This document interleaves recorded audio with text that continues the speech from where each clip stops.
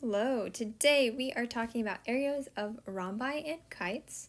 Recently we talked about the areas of trapezoids and parallelograms and triangles, but we are continuing on with other quadrilaterals.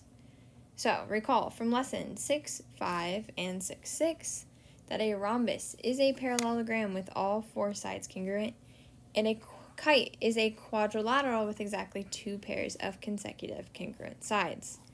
Interestingly, these are actually solved very similarly. The area of rhombi and kites are related to the lengths of their diagonals. So if you look, you have your diagonal lengths across these, and you can use this formula to solve for your area. So I prefer to write this as diagonal 1 times diagonal 2 divided by 2, but that's just my preference. You could write it the way it is circled. Okay, so we're just going to jump right in.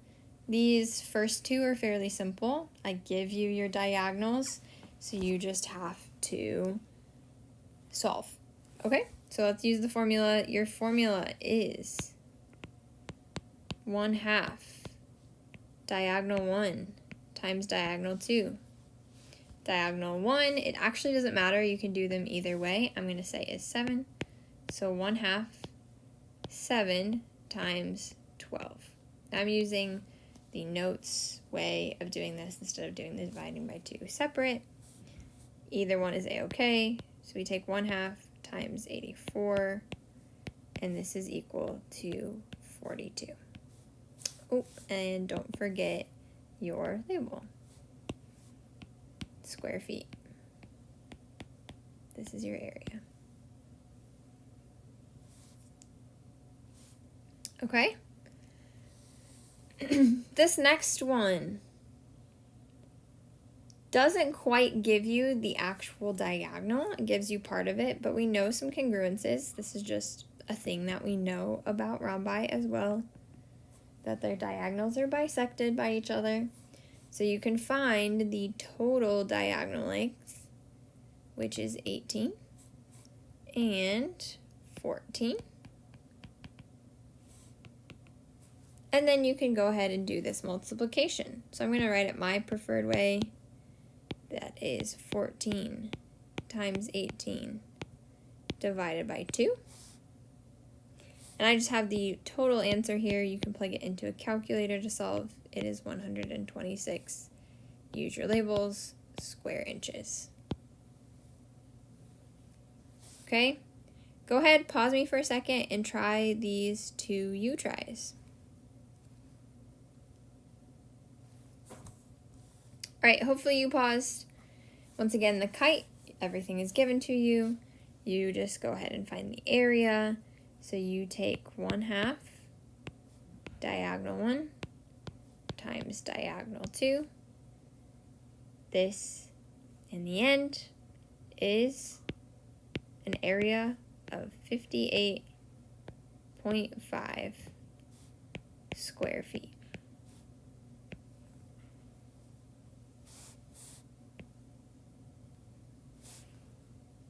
Okay?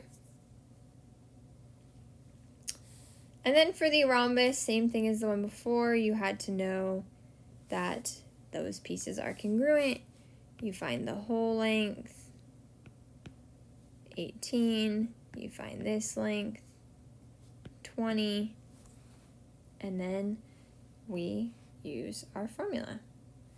So we have that the area is 18 times 20 divided by 2.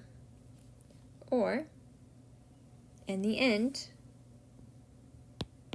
180 square inches. Okay? Reminder, you can just pull up a calculator, write those things in, and you're good.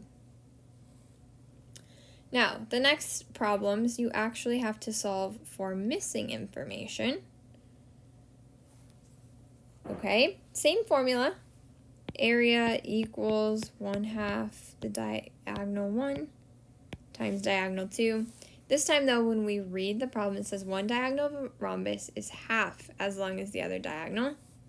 It tells us the area is 64 square inches. It wants to know the length of the diagonals. So I'm going to call this longer diagonal x. And the shorter diagonal is said to be half of the longer diagonal, so 1/2 x. So, following through with this, I take my two diagonals, I multiply them, and then I also have in the formula 1/2. So there's actually 2 1/2s it looks like here, and it equals the area. So you have your area, 64, equals 1/2, part of the problem, times your one diagonal, times the other diagonal.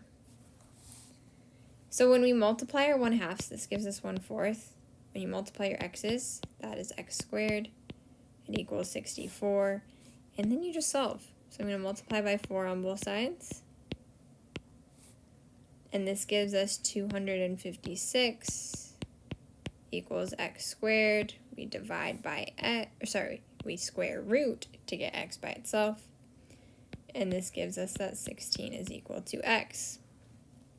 Now it does want to know the lengths of both diagonals. So one diagonal, which I am saying is x, that is the longer one, is 16, and the other diagonal is 8 because it is half of the x value. Okay, now these are inches, so let me label them. And it doesn't really matter which one you label D1 and D2, but I just wrote them out, okay? All right, go ahead and pause me. Try this, you try. It's back to the trapezoid problem.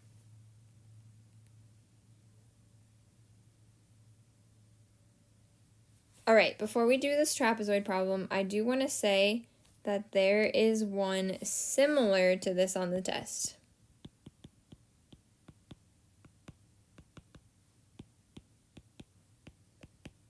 Okay, and when I say similar, what I'm meaning is that you're going to have to solve for a rhombus, but it's not going to have these like x values and 1/2 x that you have to deal with. You're going to have to find one of the diagonals, but not with all those variables. Okay? For the trapezoid, we have our trapezoid formula. It is area equals 1/2 the height times base 1 plus base 2. So the height is very particular. It's the perpendicular distance between the two parallel bases. The two bases do not matter which order that you write them in. They do give us the area, and we are trying to find the height. So the area is 210. This equals 1/2. Height is what we are trying to find, and then the bases can go in either order.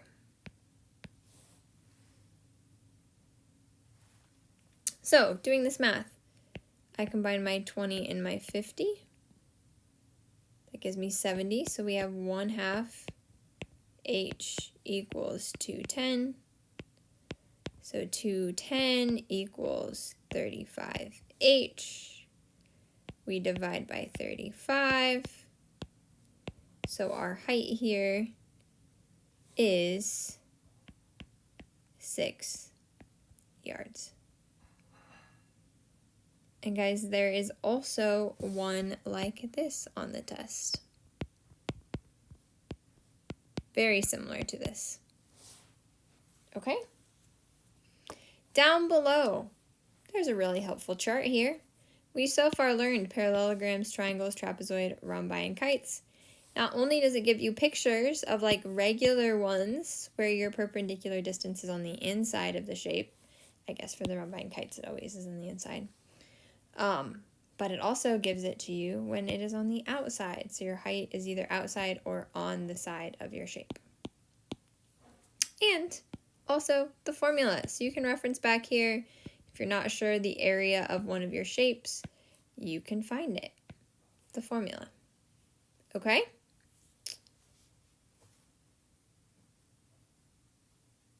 All right. I think that's all I have for today.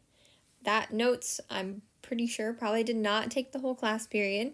So what I would like you to do is flip your paper over and look at the worksheet that goes along with this. You should be able to do all of them. Go to classroom, check your work. That's going to be a really good study material for our test that will be fairly soon, okay? We don't have a Delta for a while, so take some time, go through those, check your work, and make sure you're on the right track. Have a great day.